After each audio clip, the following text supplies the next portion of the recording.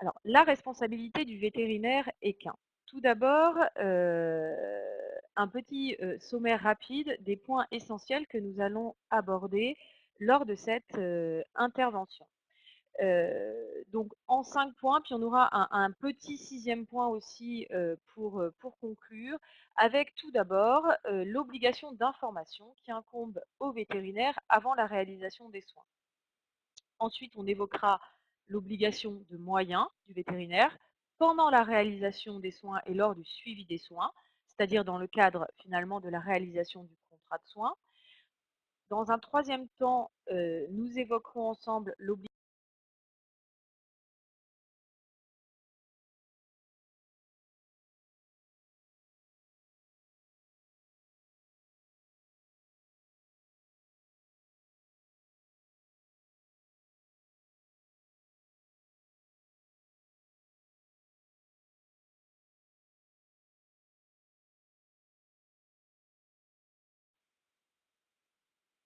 Excusez-moi, j'ai été éjectée, donc me revoilà. J'espère que tout le monde m'entend correctement à nouveau. Voilà, j'espère que ça fonctionne hein, de votre côté.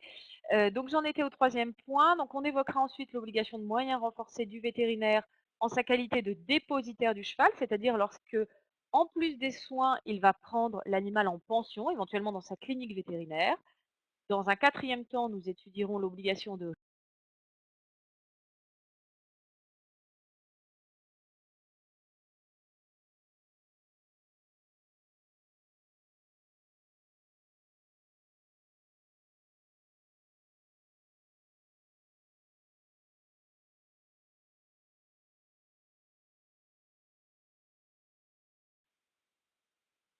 Excusez-moi, j'ai à nouveau été expulsée de la salle de webconférence, je suis absolument désolée.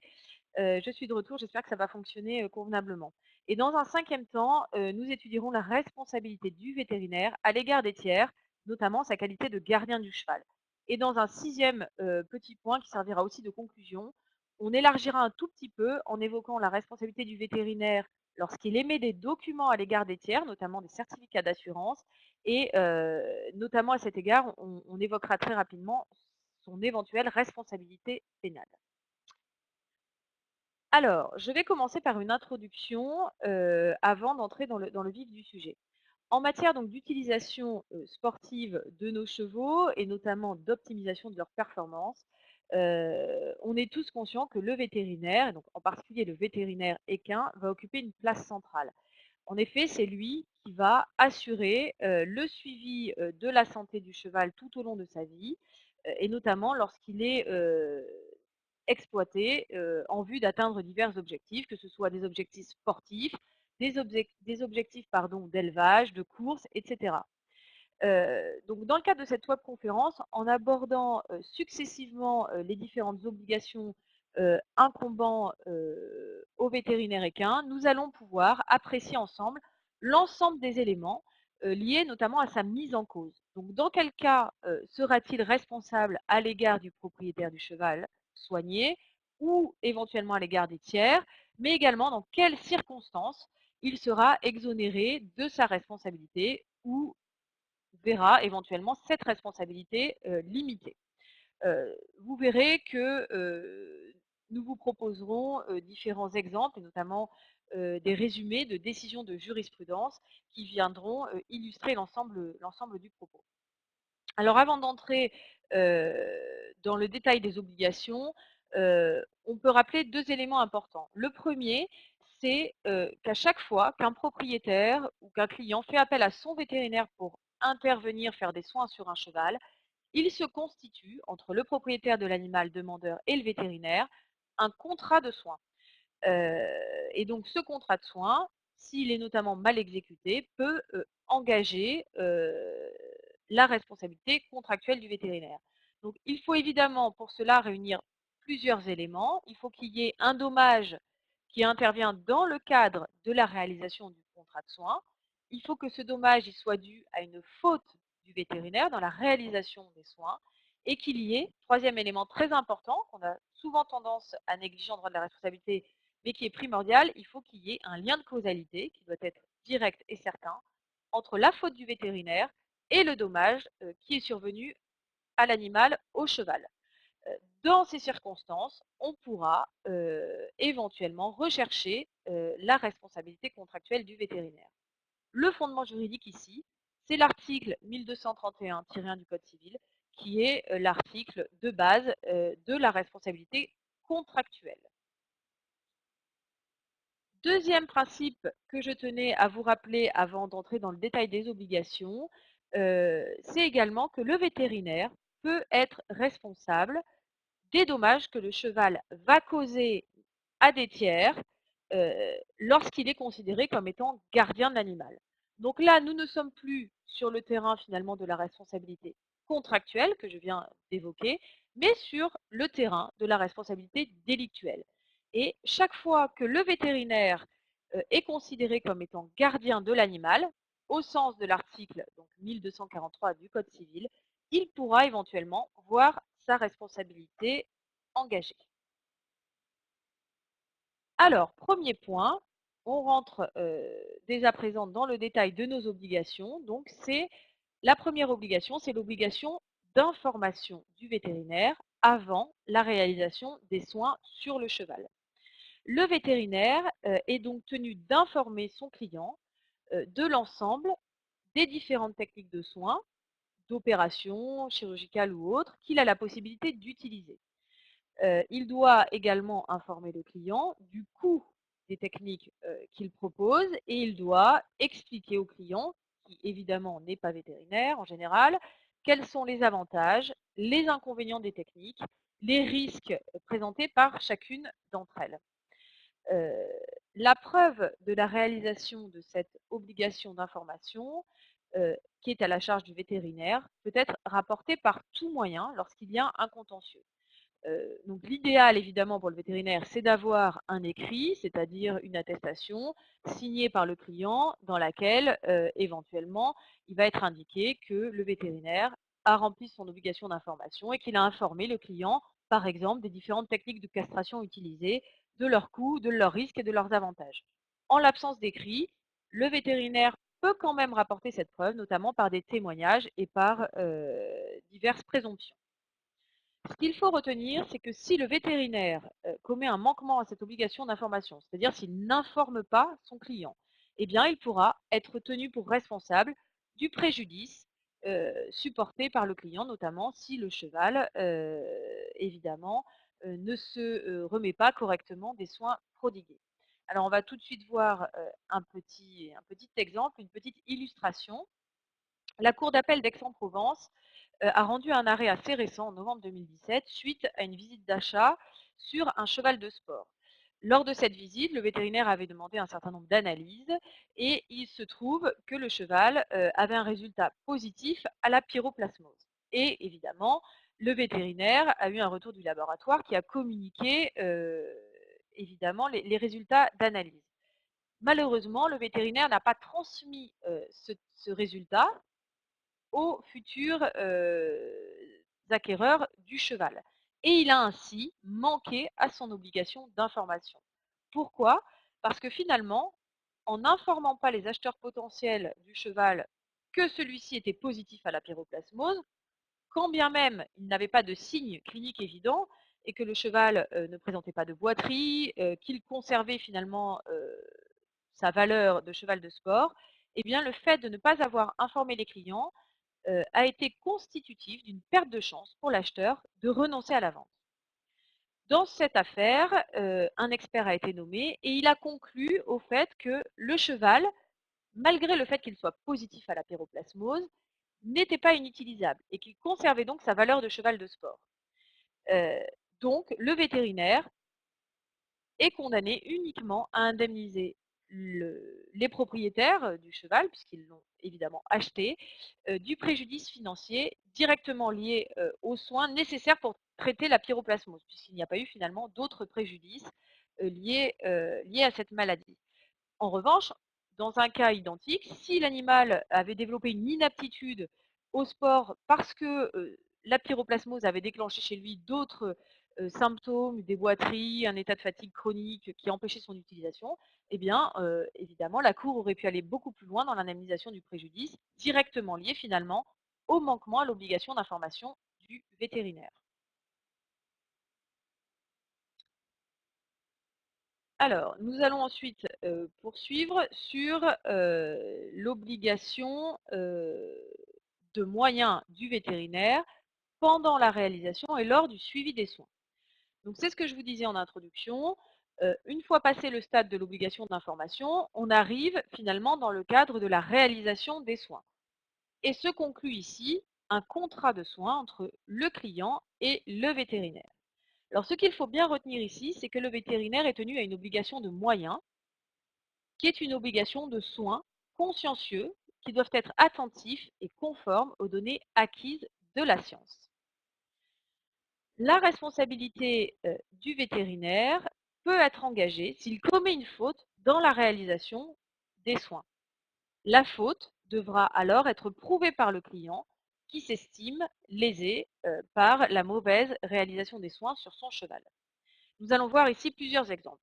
Le premier, c'est un exemple tiré d'une décision de la Cour d'appel d'Amiens de juillet 2017, où une jument est en pension dans un établissement. Le vétérinaire est appelé et intervient pour un début de colique. 9 jours plus tard, cette jument meurt et l'autopsie va révéler l'existence d'une pneumonie sévère. Il ressort de l'ensemble des éléments et du déroulement des soins que le vétérinaire est intervenu donc pour une colique, a posé une sonde, qui l'a bien vérifié que la sonde était positionnée dans l'estomac et non évidemment dans les poumons, qu'il a ensuite passé de la paraffine, retiré la sonde et qu'à ce moment-là, un peu de paraffine est apparu sur les naseaux. L'expert judiciaire nommé dans cette affaire ne fait aucune remarque sur les conditions de réalisation des soins, dont il considère finalement qu'ils ont été correctement réalisés. Et le rapport d'autopsie, lui, ne permet pas d'établir l'origine de la pneumonie et ne permet pas surtout de dire que c'est la paraffine qui aurait été à l'origine de la pneumonie de l'animal. De fait, le propriétaire de la jument décédée donc des suites de cette pneumonie ne permet pas de rapporter la preuve de la faute du vétérinaire dans la réalisation des soins pour cette colique, ni même évidemment du lien de causalité entre la pneumonie et l'intervention du vétérinaire. De fait, dans cette hypothèse et dans ce cas précis, il n'y aura pas de responsabilité du vétérinaire. Autre exemple, un arrêt de 2015 de la Cour d'appel de Rouen, c'est un cheval de course qui a été castré. Lors du réveil, le cheval s'est relevé dans le box et a marché sur une boîte de chirurgie qui était restée dans le box et il s'est sectionné un ligament. Sa carrière de course est alors évidemment complètement obérée, c'est-à-dire qu'il ne pourra plus jamais courir et le propriétaire du cheval décide de rechercher la responsabilité du vétérinaire. Dans cette situation, on comprend bien évidemment que le vétérinaire, quand bien même il est tenu à une obligation de moyens, il a commis, dans ce cas-là, une faute dans la réalisation des soins et du suivi des soins, en laissant sa boîte d'instruments, qui était coupant et dangereux pour le cheval, dans le box. Il s'agit d'une négligence fautive qui permet d'engager la responsabilité contractuelle du vétérinaire, qui sera alors tenu d'indemniser le propriétaire du cheval du préjudice qu'il a subi.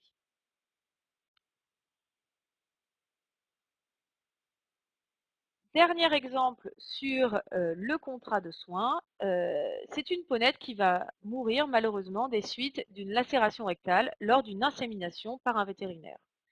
L'expertise ici nous indique que cette lacération est bien à l'origine de la mort de l'animal. Donc ici, pas de problématique autour du lien de causalité. On rapporte bien la preuve, par le biais d'expertise, que c'est la lacération qui est à l'origine de la mort de la ponette. Il ressort également de ce rapport que le vétérinaire a commis une négligence en décidant malgré tout d'inséminer cette ponette qui présentait un comportement particulièrement nerveux et dont il savait qu'elle avait un caractère particulièrement ombrageux et qu'il n'a pas mis non plus de dispositif pour la calmer ou assurer une contention qui soit sécurisante pour l'animal. À ce moment-là, on considère également qu'il y a un manquement du vétérinaire à son obligation de prudence, c'est-à-dire une faute dans le cadre de la réalisation du contrat de soins qui va entraîner une responsabilité du vétérinaire. Troisième point maintenant, il s'agit de l'obligation de moyens renforcée du vétérinaire en sa qualité de dépositaire salarié du cheval. Alors là, on est au-delà de la réalisation de la mission de soins et on est dans l'hypothèse où le vétérinaire a également pour mission, en plus des soins ou d'une chirurgie, d'héberger et de surveiller le cheval, c'est-à-dire de lui fournir un box et de le nourrir et d'assurer sa surveillance au-delà du cadre des soins. Euh, dans cette hypothèse, pardon, on se trouve bien dans le cadre d'un contrat de dépôt salarié. C'est-à-dire qu'en plus du contrat de soins, se crée entre le propriétaire du cheval et la clinique vétérinaire ou le vétérinaire directement un contrat de pension. Je vous renvoie ici à la webconférence que nous avions déjà animée sur ce sujet. À ce titre, il pèse sur les épaules du vétérinaire une présomption de responsabilité, puisqu'il est tenu, en sa qualité donc de dépositaire, euh, il est tenu d'assurer la surveillance de l'animal et il est présumé responsable si le cheval se blesse dans le cadre de l'exécution du contrat de dépôt salarié.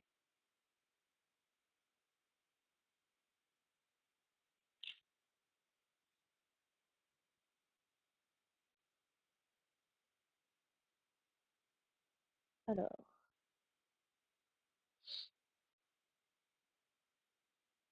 un petit exemple pour illustrer ce propos. Il s'agit d'un arrêt de la Cour d'appel de Paris du 30 novembre 2012. Alors, excusez-moi, j'ai un petit souci pour faire défiler mes diapos. Voilà, ça y est, c'est arrivé. Alors, Cour d'appel de Paris, donc 30 novembre 2012. Donc, c'est un cheval qui est déposé donc, dans une clinique vétérinaire afin d'y subir une intervention chirurgicale. Donc, l'intervention s'est correctement déroulée, rien de particulier. Malheureusement, le cheval va mourir après l'intervention alors qu'il se trouve dans son box, donc dans un bâtiment de la clinique. Ce bâtiment a été heurté par un camion qui était en charge de venir ramasser le fumier de la clinique vétérinaire. Et le camion a percuté le toit qui s'est effondré dans le box. Alors la déclaration de sinistre et les conclusions de l'autopsie permettent d'établir que le cheval a été blessé mortellement en s'affolant et en s'agitant dans le box au moment de l'impact.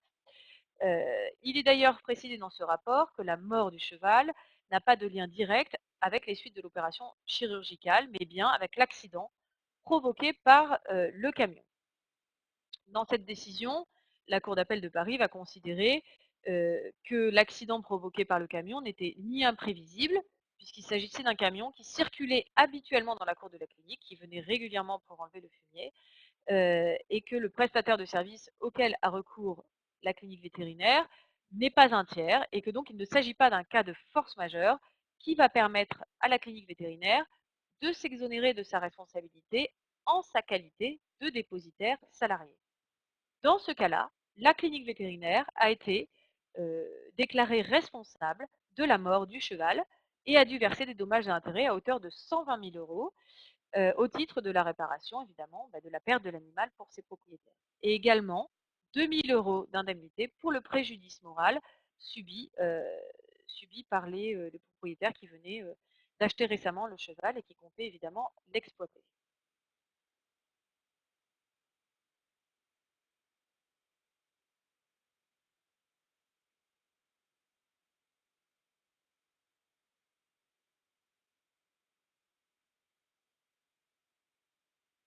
Alors, excusez-moi à nouveau, j'ai perdu ma présentation, voilà, qui revient.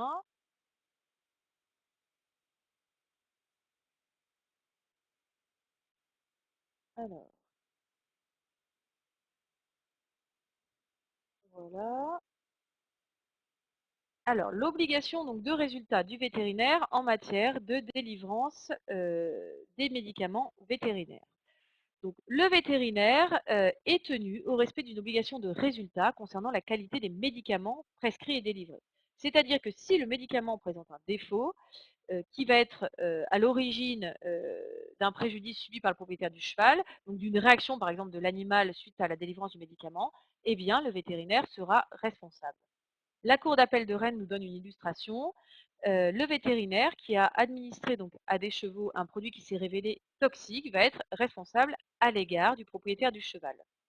En effet, la cour d'appel nous rappelle que le vétérinaire donc, est tenu à une obligation de résultat quant à la qualité du produit utilisé et qui doit évidemment ne pas être nocif pour l'animal. Alors le seul fait qu'il ait ignoré, que le vétérinaire ait ignoré que le produit délivré était atteint finalement d'un vice, ne constitue pas une cause d'exonération de responsabilité pour lui. En revanche, il doit pouvoir bien évidemment être garanti par le fabricant et notamment éventuellement par le laboratoire qui lui aura fourni le médicament. Le propriétaire du cheval est étranger évidemment au préjudice subi et donc le vétérinaire dans ce cas-là est tenu d'indemniser le client du préjudice.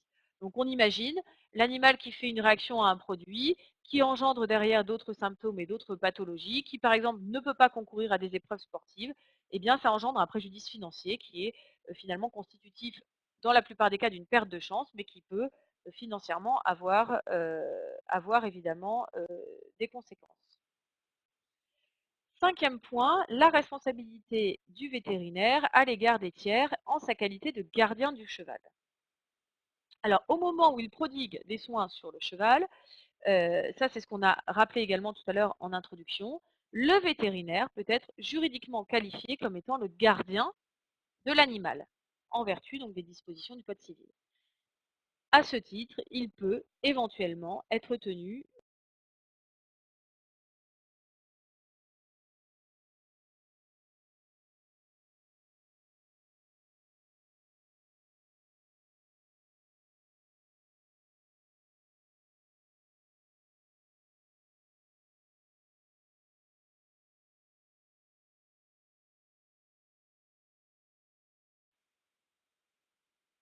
Excusez-moi, j'ai à nouveau été éjectée de la salle de webconférence. Me revoilà. Donc je reprends sur la responsabilité du vétérinaire en sa qualité de gardien de l'animal. Alors ici, il faut évidemment qu'il soit considéré comme gardien. Pour ce faire, il faut évidemment que le vétérinaire, il ait à la fois le contrôle, la direction et l'usage du cheval. Ça, ce sont les trois critères cumulatifs qui permettent de déterminer si on est gardien ou non de l'animal. Dans cette hypothèse, il pourra voir sa responsabilité engagée. Un petit exemple, cour d'appel de Rouen de 2005, le vétérinaire a été considéré comme responsable des blessures subies par une élève monitrice, donc une tierce personne, alors qu'il s'apprêtait à piquer un cheval. En effet, cette élève monitrice l'assistait pour le compte du centre équestre qui est son employeur lors de l'acte réalisé par le vétérinaire. Et à ce moment-là, c'est bien le vétérinaire qui avait la garde de l'animal. Il a donc dû indemniser la jeune fille de l'ensemble de ses blessures.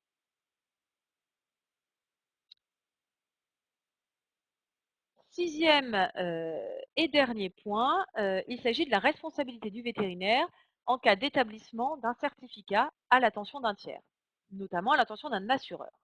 Le vétérinaire peut voir sa responsabilité civile et même sa responsabilité pénale engagée, notamment en cas de fausses indications introduites dans un acte remis à un tiers et notamment dans un certificat d'assurance par exemple. En effet, le questionnaire de l'assureur est indispensable pour tout propriétaire qui souhaite notamment souscrire une police d'assurance et notamment les assurances mortalité, invalidité, frais vétérinaires que chaque propriétaire peut parfois souhaiter souscrire pour protéger son cheval. À ce titre, on est, au moment de la souscription du contrat, en tant qu'assuré, tenu de faire intervenir un vétérinaire pour faire établir des certificats. Et c'est à ce moment-là que le vétérinaire peut mettre en jeu sa responsabilité professionnelle si le certificat contient des fausses indications, notamment des omissions volontaires. Et là, on tombe sous le coup de l'article 441-7 du Code pénal qui prévoit un dispositif notamment de contravention en matière de faux certificats.